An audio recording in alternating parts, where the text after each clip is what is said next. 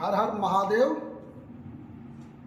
आज हम आपको हरतालिका तीज की व्रत कथा हम क्या सुनाएंगे।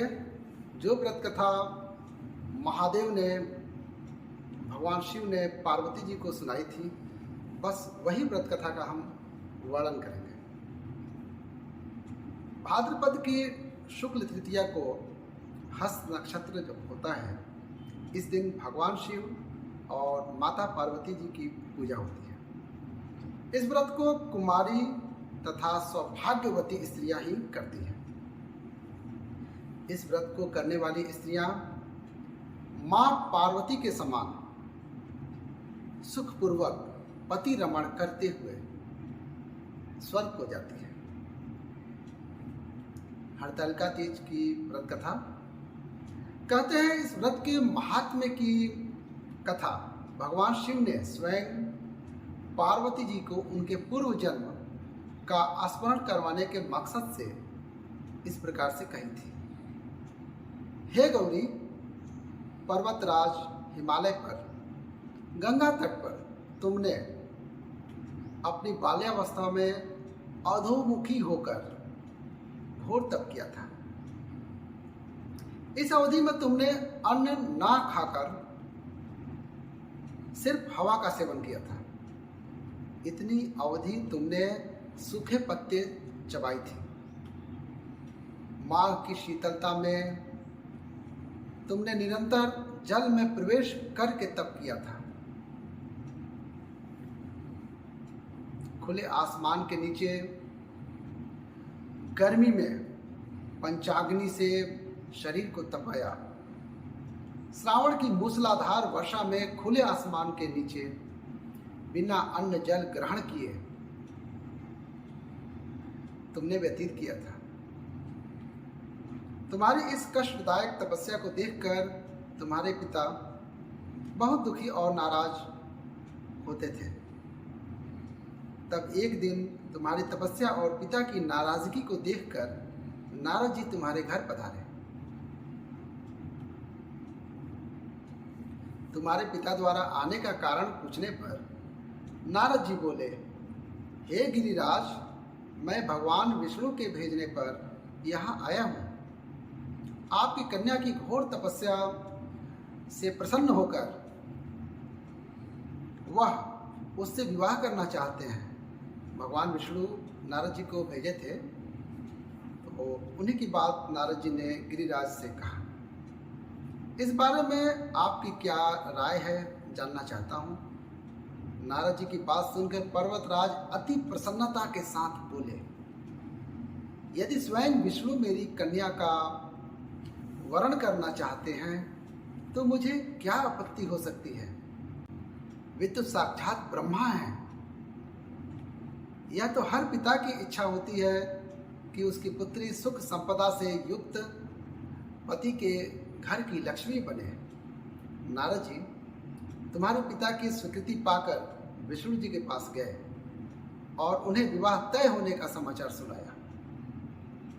परंतु जब तुम्हें इस बारे में पता चला तो तुम्हारे दुख का ठिकाना न रहा। तुम्हें इस प्रकार से दुखी होकर तुम्हारी एक सहेली ने तुम्हारे दुख का कारण पूछने पर तुमने बताया, मैंने सच्चे मन से भगवान शिव का वरण किया है, किंतु मेरे पिता ने मेरा विवाह विष्णु जी के साथ तय कर दिया है। मैं विचित्र संकट में हूँ। अब मेरे पास प्राण त्यागने के अलावा कोई और उपाय नहीं बचा है। तुम्हारी सखी बहुत ही समझदार थी। उसने कहा, प्राण छोड़ने का यह कारण ही क्या है। संकट के समय धैर्य से काम लेना चाहिए। भारतीय नारी के जीवन की सार्थकता इसी में है कि जिसे मन से पति के रूप में एक बार वरण कर लिया, जीवन पर्यंत उसी से निर्वाह करे। सच्ची आस्था और एक निष्ठा के समक्ष तो भगवान भी असहाय हैं। मैं तुम्हें घनघोर वन में ले चलती हूँ। जो साधना चल रही है और जहाँ तुम्हारे पिता तुम्हें खोज भी नहीं पाएंगे। मुझे पूर्ण विश्वास है कि ईश्वर अवश्य ही तुम्हारी सहायता करेंगे। तुमने ऐसा ही किया। तुम्हारे पिता तुम्हें घर में न पाकर बड़े चिंतित और दुखी होते हुए सोचने लगे कि मैंने तो विष्णु जी से अपनी पुत्री का विवाह तय कर दिया है। यदि भगवान विष्णु बारात लेकर आ गए और कन्या घर पर नहीं मिली तो बहुत अपमान होगा। ऐसा विचार कर पर्वतराज ने चारों ओर तुम्हारी खोज शुरू करवा दी। उधर तुम्हारी खोज होती रही और उधर तुम अपनी सहेली के साथ नदी के तट पर एक गुफा में मेरी आराधना में लीन रहती थी। रात भर मेरी स्तुति में गीत गाकर जागरण किया। उस दिन तुमने रेत के शिवलिंग का निर्माण किया। रात भर मेरी स्तुति में गीत गाकर जागरण किया। तुम्हारी इस कठोर तपस्या के प्रभाव से मेरा आसन हिल उठा और मैं शीघ्र ही तुम्हारे पास पहुंचा। तुमसे वर मांगने को कहा। तब अपनी तपस्या के फलीभूत मुझे अपने समक्ष पाकर तुमने कहा, मैं आपको सच्चे मन से पति के रूप में वर्ण कर चुकी हूँ। यदि आप सचमुच मेरी तपस्या से प्रसन्न होकर यहाँ पधारे हैं तो मुझे अपनी अर्धांगिनी के रूप में स्वीकार करें। तब तथास्तु कहकर मैं कैलाश पर्वत पर लौट गया। प्रातः काल होते ही तुमने पूजा की समस्त सामग्री नदी में प्रवाहित करके अपनी सखी सहित व्रत का वर्ण किया। उसी समय गिरिराज अपने बंधु बांधवों के साथ तुम्हें खोजते हुए वहां पहुंचे। तुम्हारी दशा देखकर अत्यंत दुखी हुए और तुम्हारी इस कठोर तपस्या का कारण पूछा। तब तुम्हारी दशा देखकर तब तुमने कहा, पिताजी, मैंने अपने जीवन का अधिकांश वक्त कठोर तपस्या में बिताया है।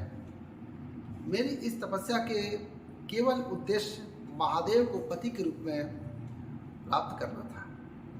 अतः मैं अपनी तपस्या की कसौटी पर खरी उतर चुकी हूँ। चूँकि आप मेरा विवाह विष्णु से करने का निश्चय कर चुके थे, इसलिए मैं अपने आराध्य की तलाश में घर से चली गई। अब मैं आपके साथ घर पर इसी शर्त पर चलूँगी कि आप मेरा विवाह महादेव जी के साथ ही करेंगे।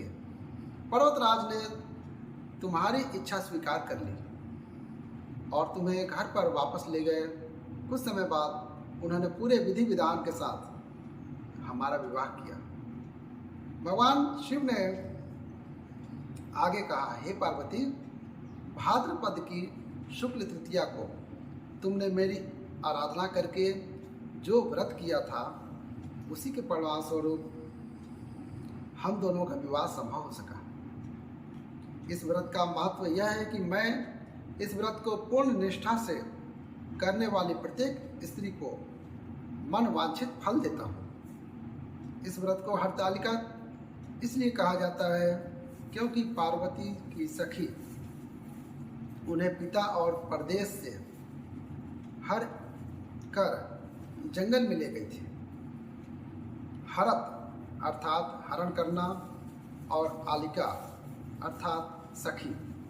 भगवान शिव ने पार्वती जी से कहा, इस व्रत को जो भी स्त्री पूर्ण श्रद्धा से करेगी उसे तुम्हारी तरह अचल सुहाग प्राप्त होगा। हर हर महादेव।